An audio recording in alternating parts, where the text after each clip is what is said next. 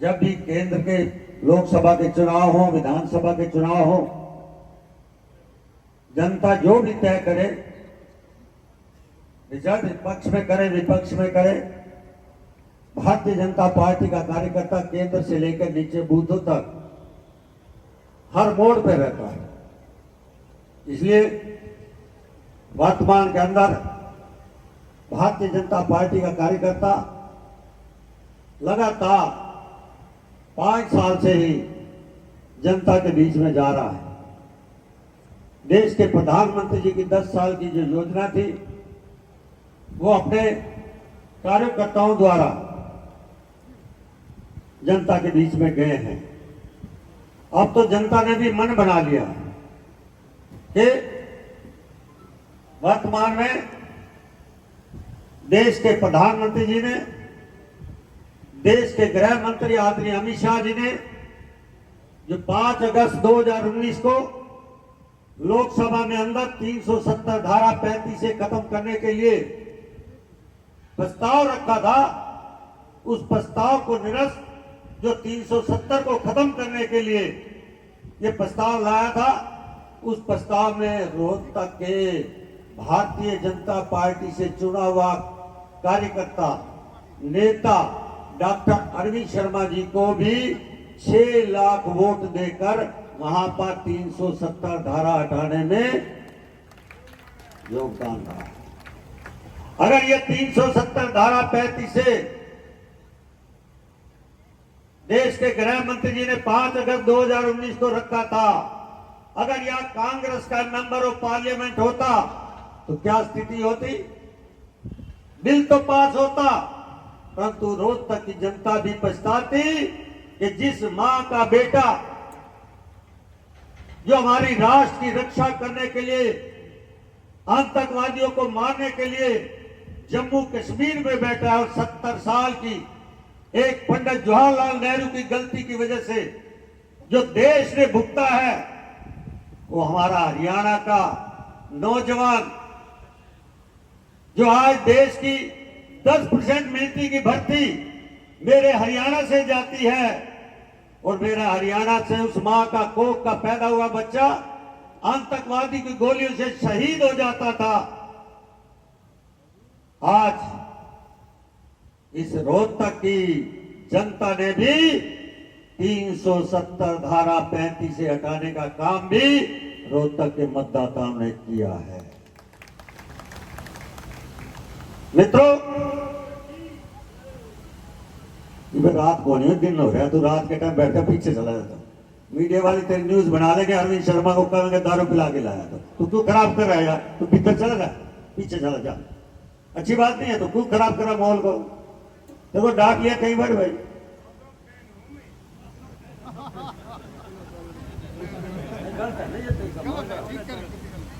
कई बार टोक लिया इसको। नहीं, सवाल उसका नहीं है, मीडिया के पीछे बैठा हूं, बार बार बोला जा रहा है। मित्रों, हम सनातन धर्म को मानने वाले,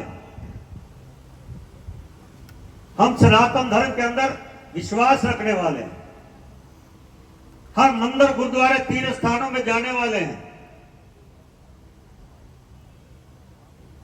22 जनवरी को देश के प्रधानमंत्री जी ने जिस तरह 500 साल बाद भगवान राम की प्राण प्रतिष्ठा का जो कार्यक्रम हमारे देश में हुआ, पूरे देश नहीं वर्ल्ड के अंदर हुआ, हर मंदिरों में तीर्थ स्थानों के अंदर गुरुद्वारों के अंदर भजन के द्वारा प्रसाद वितरण करके हम सब लोगों ने खाया, और 500 साल तक हम देखते रह गए कब भगवान राम का मंदिर बनेगा।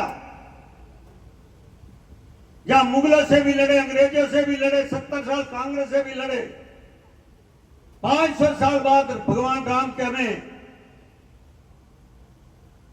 दर्शन करने का मौका मिला है। मित्रों, हम सनातन धर्म को मानने वाले हैं, और इंडियन गठबंधन के लोग, तमिलनाडु के मुख्यमंत्री का बेटा कहता मैं सनातन धर्म को खत्म कर दूंगा, मैं इंडियन गठबंधन के अहंकारियों को कहना चाहता हूं, सनातन धर्म हजारों हजारों साल से है। करोड़ों करोड़ों अरबों लोग सनातन धर्म में विश्वास रखने वाले हैं। सनातन धर्म खत्म नहीं होगा, इंडियन गठबंधन अहंकारी खत्म होगा। अगर यहां से कांग्रेस का एमपी होता और भारतीय जनता पार्टी का एमपी ना होता तो सनातन धर्म के पक्ष में हम पूजा पाठ कर पाते क्या? क्योंकि देश की आजादी के बाद जिस तरह कांग्रेसियों ने आज देश को सनातन धर्म के हल्का करने की सोची, भगवे को कमजोर करने की, फीका करने की सोची, आज भगवा हमारा मजबूत हो रहा है, मजबूत हो रहा है। खाली इंडिया नहीं, अरब कंट्री के अंदर भी, अरब कंट्री के अंदर भी हमारा भगवा मजबूत हो रहा है। भगवा मजबूत करना है तो 2024 में फिर क्या करना होगा? जोर से बताओ। भगवा मजबूत करना होगा तो फिर से क्या करना होगा? फिर से एक बार, फिर से एक बार, फिर से एक बार, फिर से एक बार। मित्रों, 2014 से पहले हम सुबह उठते थे, हाथ में हमारी प्रिंट अखबार होती थी, भास्कर, दैनिक जागरण, अमर उजाला, दैनिक प्रभुर, और चाय के कप के साथ लिखा होता था 10 साल सरदार मनमोहन सिंह की सरकार में भ्रष्टाचार घोटाले, भ्रष्टाचार घोटाले, 2G घोटाला, 3G घोटाला, कोयला घोटाला, खाद घोटाला, जमीन घोटाला, आसमान घोटाला, पतान घोटाला, जीप घोटाले। 10 साल भ्रष्टाचार की वजह से समाज पॉलिटिकल पार्टी जिन्होंने कुत्ता पजामा डाल रखा है, समाज गाली देता था, कहता था ये राजनीतिक चोर है, भ्रष्ट है, जाति पाति की बात करते हैं, धर्म संप्रदाय की बात करते हैं ये लोग। और आज मैं कह सकता हूं 10 साल की सरकार, देश के प्रधानमंत्री मोदी जी के एक भी भ्रष्टाचार का आरोप लगा क्या? जोर से बताओ। डी पार्क तक जानी चाहिए आवाज। भ्रष्टाचार का आरोप लगा क्या? मित्रों, 10 साल नहीं, 23 साल, 13 साल गुजरात के मुख्यमंत्री, 10 साल के केंद्र के प्रधानमंत्री, 23 साल का कार्यकाल कम नहीं होता। 23 साल है उस व्यक्ति ने, 23 साल कम नहीं है। एक पीढ़ी चली जाती है, वो व्यक्ति, देश का प्रधानमंत्री, भ्रष्टाचार का एक भी आरोप नहीं लगाता, कोई एक भी नहीं लगा पर। इसलिए भारत भ्रष्टाचार मुक्त चाहिए कि नहीं चाहिए? भ्रष्टाचार मुक्त चाहिए कि नहीं चाहिए? भ्रष्टाचार मुक्त चाहिए कि नहीं चाहिए? तो फिर एक बार, फिर एक बार, फिर एक बार, फिर एक बार। मित्रों, 2014 में देश के प्रधानमंत्री जी जब पार्लियामेंट में गए थे, सीढ़ियों में नतमस्तक होकर कहा था, मेरी सरकार गरीबों के समर्पित सरकार है। वर्तमान के देश के प्रधानमंत्री जी ने 25 करोड़ लोगों को गरीबी से बाहर निकाल दिया। ये डाटा है, झूठ नहीं है। यहां आते हैं डी पार्क में, मीडिया के सामने कहते हैं बेरोजगारी है, भ्रष्टाचार है, महंगाई है, गरीबी, दुखी है। जब मैं कहता हूं मीडिया वाले थोड़ा हौसला करके पूछो, कहते हैं हम घबराते हैं, पूर्व मुख्यमंत्री है, घोषणा नहीं कर पाते। बताओ, आंकड़ों से बताए मेरे प्रदेश में कितने बेरोजगारी है, मेरे प्रदेश में कितना भ्रष्टाचार है, मेरे देश में कितना भ्रष्टाचार है, मेरे देश में कितनी गरीबी है।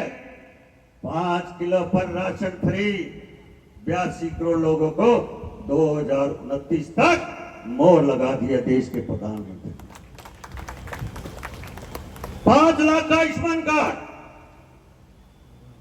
5 लाख। जबकि कोरोना काल में देश भुगता हो, आर्थिक स्थिति पूरे वर्ल्ड की गड़बड़ा रही हो, पूरा भारत आज आर्थिक स्थिति में मजबूत है, कांग्रेस के टाइम में 10 नंबरिया था, आज हम 5 नंबर पे हैं और देश के प्रधानमंत्री ने कहा आने वाले 2024 के अंदर हम तीसरी आर्थिक स्थिति मजबूत, हमारी ताकतवर होने वाली है। ये मित्रों, गरीबों के समर्पित सरकार ये कौन कर सकता है? ये वो कर सकता है जिसकी माँ जूठे बर्तन साफ करती हो, अड़ोसी पड़ोसी के बर्तन साफ करती हो, जिसका पिता रेलवे स्टेशन पर चाय बेचता हो, वो गरीबों का दर्द समझ सकता है। सोने की चम्मच में पैदा होने वाला गरीबों का दर्द नहीं समझ सकता। समझ सकता है क्या? समझ सकता है क्या? समझ सकता है क्या? तो गरीबी खत्म करने के लिए फिर से क्या करना होगा?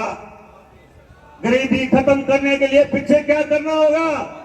फिर से एक बार, फिर से एक बार, फिर से एक बार। आज मित्रों 50% हमारी बहनें हैं, महिला मातृशक्ति है। लंबे समय से मांग थी कि महिलाओं को भी आर्थिक स्थिति मजबूत की जाए,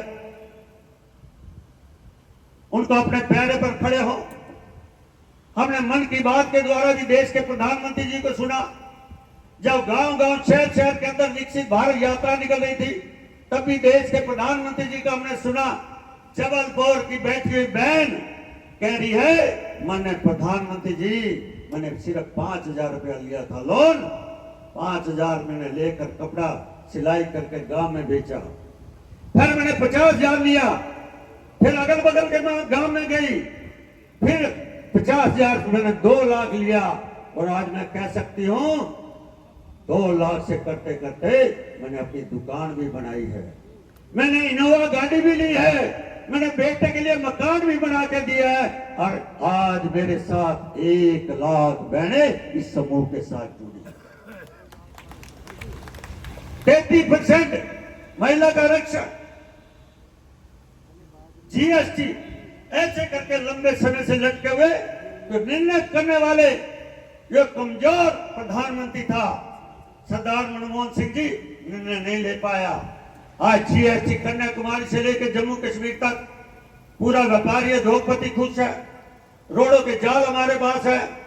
आज रेलवे के अंदर भी हमारे पास चारों तरफ जाल बिछा हुआ है। हर चीज में भारत आज आगे बढ़ चुका है।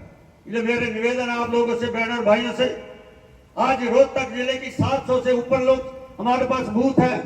एक एक बूथ को टच करते हुए, लाभार्थी योजना को टच करते हुए, बूथ में से एक पेज में से लगाकर 60 वोट है, 15 निवास घर हैं, उन 15 घरों से जाकर अपील करें, लाभार्थी योजना को बताएं, और उसके साथ साथ आप आने वाले समय के अंदर मेरा भारत मजबूत हो, मेरा ताकतवर हो,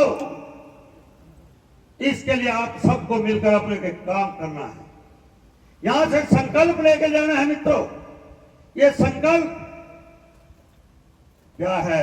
अरविंद जी के लिए नहीं है, ये अरविंद शर्मा जी के लिए नहीं है, ये गरीबों के लिए है, ये किसानों के लिए है, ये उद्योगपतियों के लिए है, ये व्यापारियों के लिए है, ये कर्मचारियों के लिए है, ये नारी शक्ति के लिए है। इसके लिए वोट मांगना है तो वोट मोदी जी के लिए मांगना है, अरविंद शर्मा के लिए नहीं मांगना, मोदी जी के लिए वोट मांगना है। आप बहन जी ऊपर अरविंद शर्मा जी के लिए भारतीय जनता पार्टी के नेता आदरणीय वर्ग के मोदी जी के लिए वोट मांगना है। मित्रों रुक जा, बाद में कर लिया काका जी, तेरे को भी फोटो खिंचवान, मैं तो बिठा ले तो फिर कर लिया।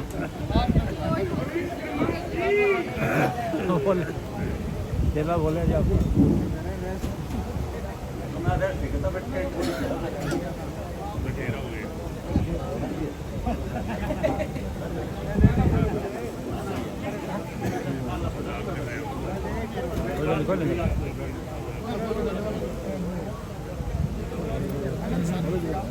इसलिए मित्रों 25 मई तपती हुई धूप,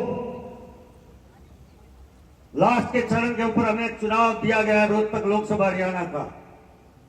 अभी से हम सब लोगों ने बूथ की पर्चियां लेकर, वोटर लिस्ट लेकर एक एक बूथ पर जाकर हम सब ने जो लाभार्थी योजना दी है उसका जनता तक पहुंचाना है। जनता के बीच में कहना है कि देश के प्रधानमंत्री जी ने जो हमें 10 साल दिया है, इस 10 साल के लिए एक बार फिर से मोदी सरकार 400 पार, इस नारे के साथ अपने को जाना है।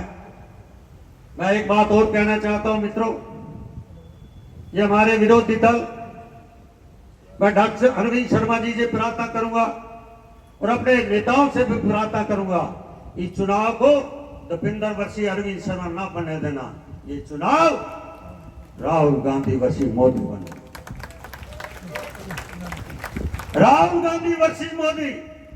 राहुल चाहिए, मोदी चाहिए, मोदी चाहिए, राहुल चाहिए। विधानसभा में देख लेंगे इनकी चौधर कितनी है।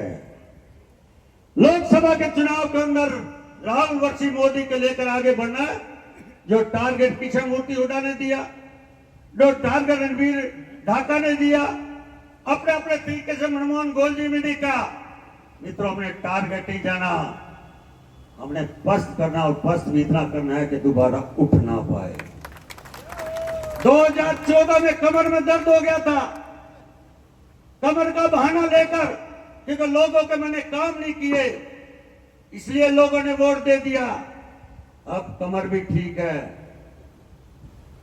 इसलिए हमने मोदी जी वर्षी राहुल के प्रति और हमने काम कर रखे हैं देश प्रदेश के, जैसे प्रदेश के 9.5 साल मनोहर लाल जी के हो, बिना पर्ची बिना खर्ची, और देश के अंदर भी 10 साल हमने देश के प्रधानमंत्री ने काम किया है। इस देश को मजबूत करने के लिए ये तय है 370 भारतीय जनता पार्टी देश में आ रही है। मुझे नहीं लगता रोहतक के मतदाता विपक्ष में रखेंगे। विपक्ष में क्या मिलेगा? डबल इंजन की सरकार। रोहतक का विकास होगा। रोहतक के विकास के लिए हर मतदाता के बीच में जाकर अपने को करना है। और कुछ मीडिया, मैं एक और बात कहना चाहता हूं खुले में, कुछ वो पुरानी वीडियो निकालेंगे मेरी और अरविंद शर्मा की, क्या अरविंद शर्मा बोला क्या नहीं बोला, उसके बीच में भी नहीं जाना। उसको बीच में साइड में कर एक ही बात करना। परिवार में मनभेद हो सकते हैं, मतभेद हो सकते हैं, पर कमल का फूल हमारी मां है, कमल का फूल हमारी मां है, पार्टी हमारी मां है। इस मां के काम करना है, ना कि डॉक्टर अरविंद शर्मा ने करना है। इतना ही कहते हुए धन्यवाद।